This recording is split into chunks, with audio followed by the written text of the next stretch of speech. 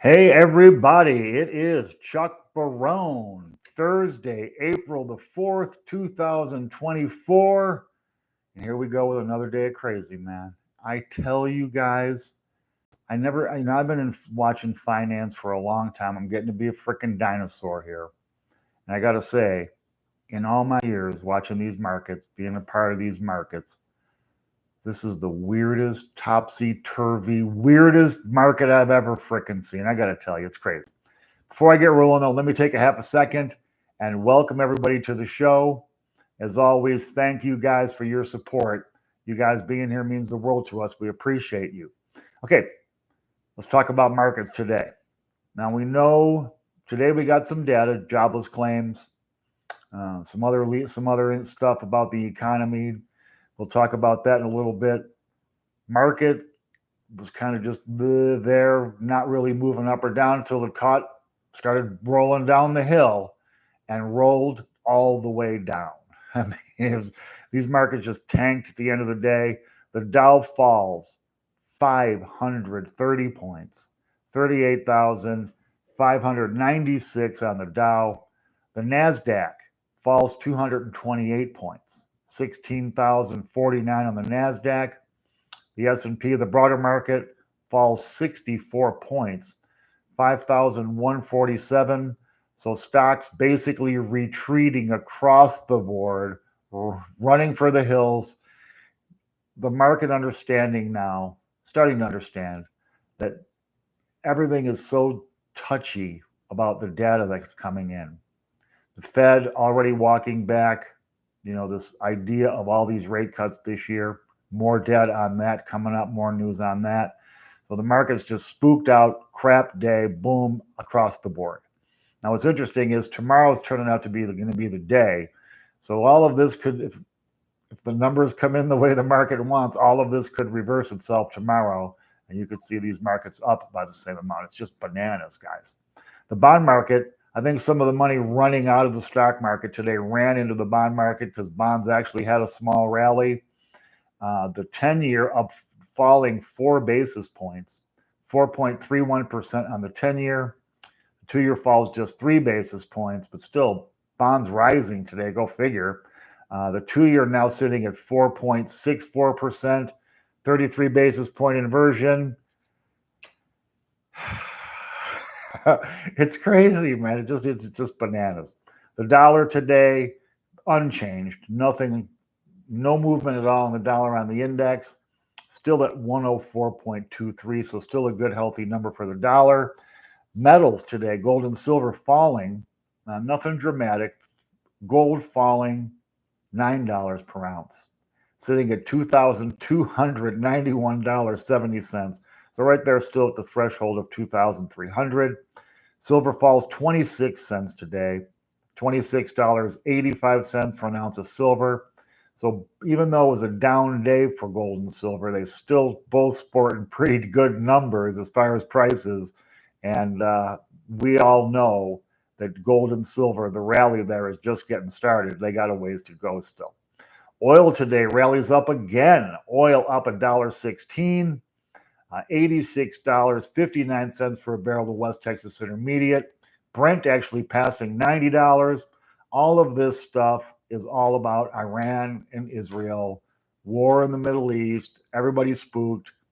I guess the Israelis came in and blew up a consulate in Syria, killing some Iranian military people, a general or two, I guess.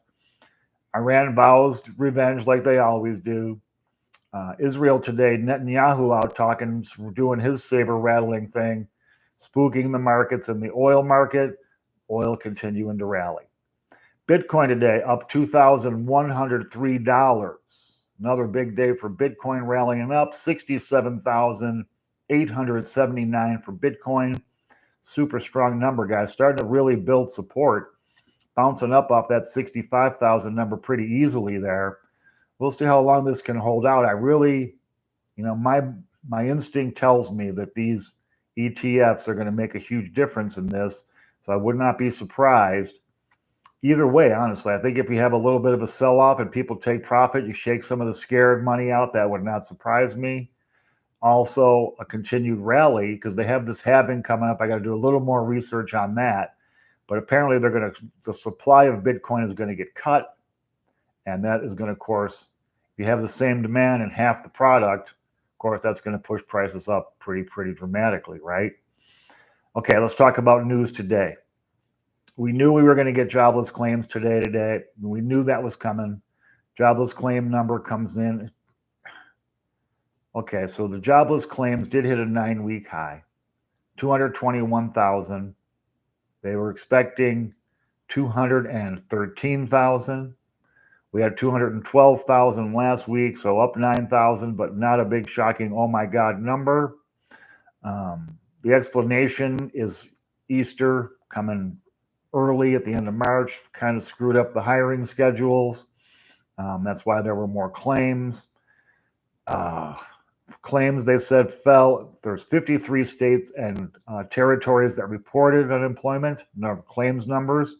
Claims falling in 32 of the 53 states and territories. Big losers were California and Pennsylvania, which had spikes in unemployment. Basically, guys, a big nothing burger here. It just was just nothing.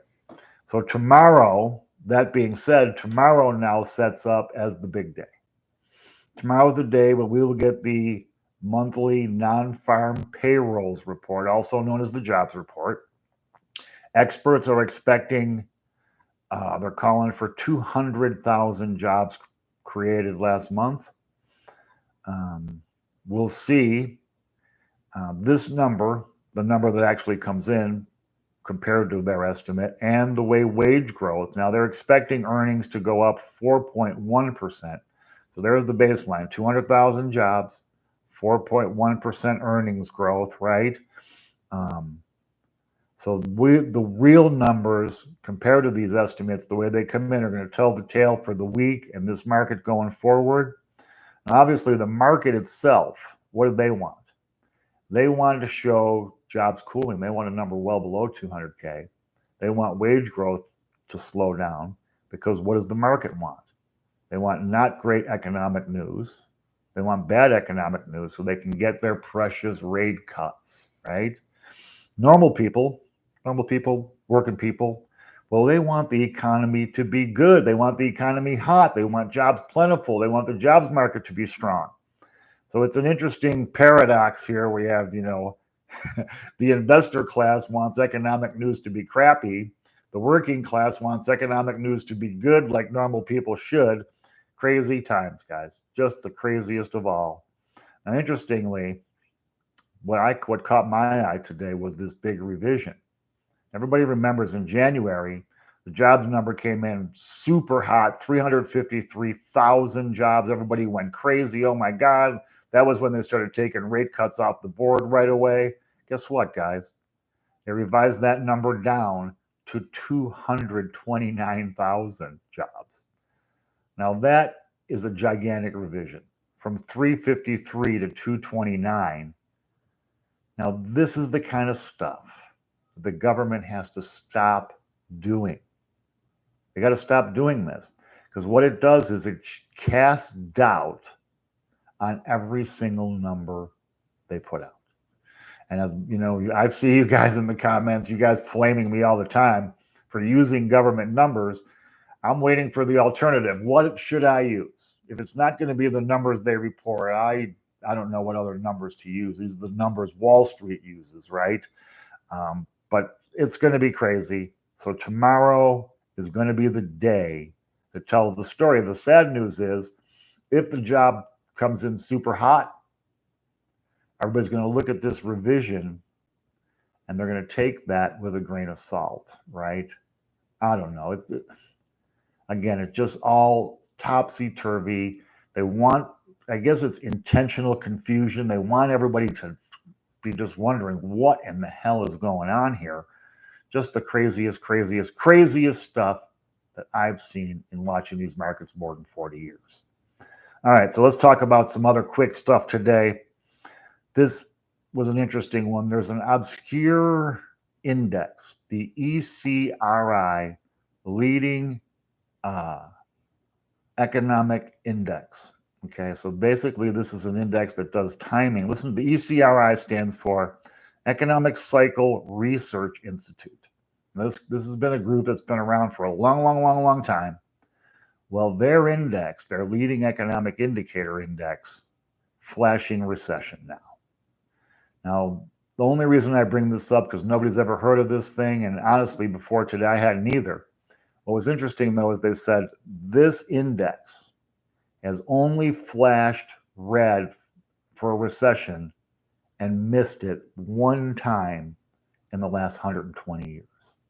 One false alarm in 120 years. That is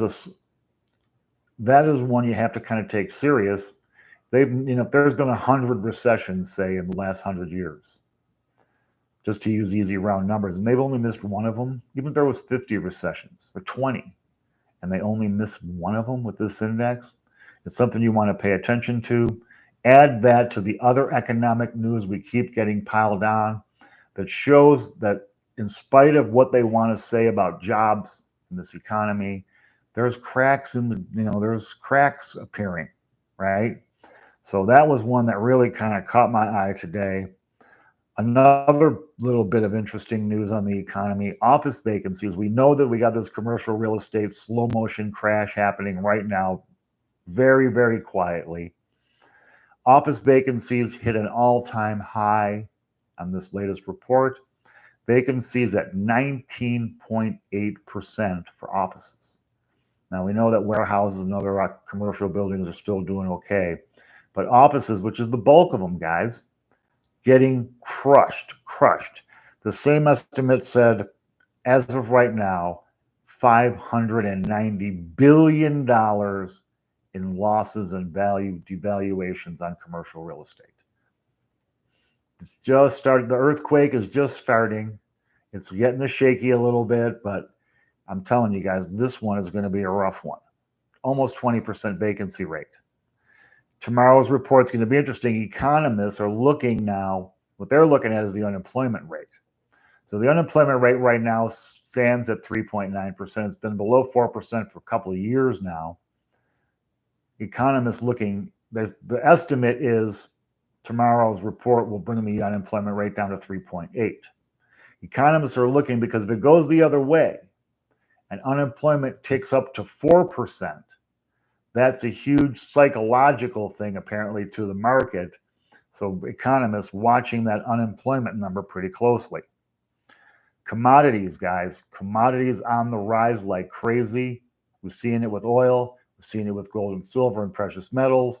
We're seeing it with everything across the board. If you look at commodities prices and judge it from where they were like 6 months ago, you can see what's happening.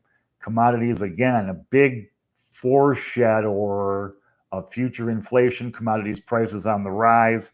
So keep an eye on pork bellies and orange juice and all the stuff that goes into that. But the main ones we're looking at, of course, gold, silver, oil, other commodities like that.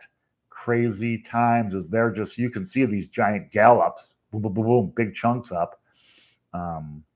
We'll see what that does for inflation going forward, right? News today on our friends from the Fed. Hey, guys. News today from our friends from the Fed. So we got Neil Cash and Carey out talking. I've been telling you guys that the Fed is walking back all these rate cuts, trying to prepare the market for less than rate cuts, longer, higher rates.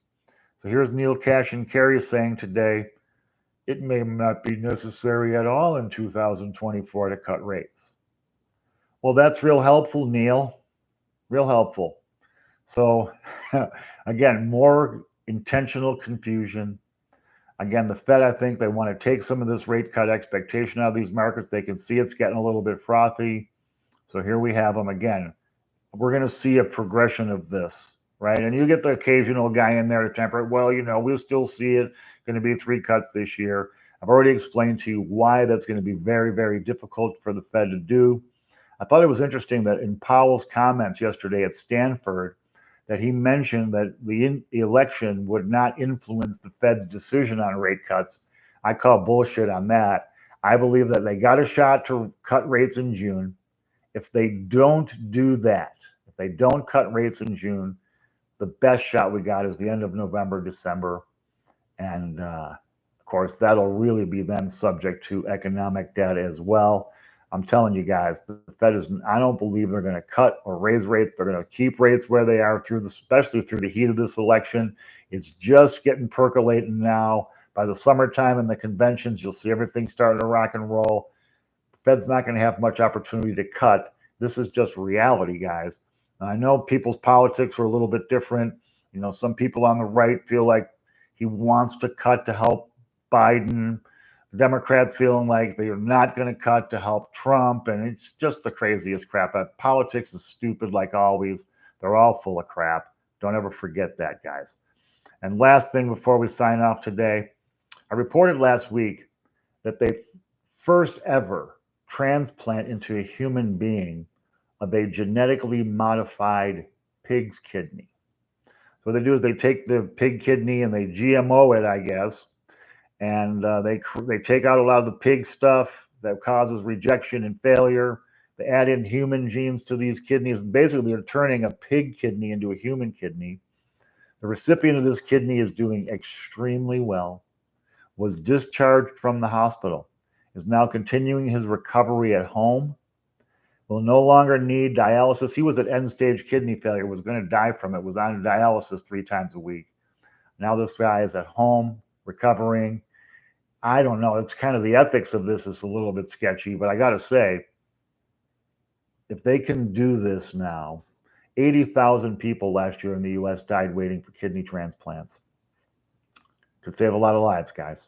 Anyway, I babble. I'm going to go. That's it for the day. Tomorrow we'll be back. It's going to be an important show. Make sure you're here. We're done for the day. If you can, guys, please hit the like button. It changes the algorithms around, gets our videos out in front of a few more people. I yesterday had trouble getting to a lot of the comments. It was my birthday, as you know. I appreciate all the well wishes. Today I will be in the comments, and I look forward to being on there with you guys. Hit me with your questions, your comments, your funny stuff, Kevin. And we'll be back tomorrow to bring you guys the news you need. Guys, until then, take care.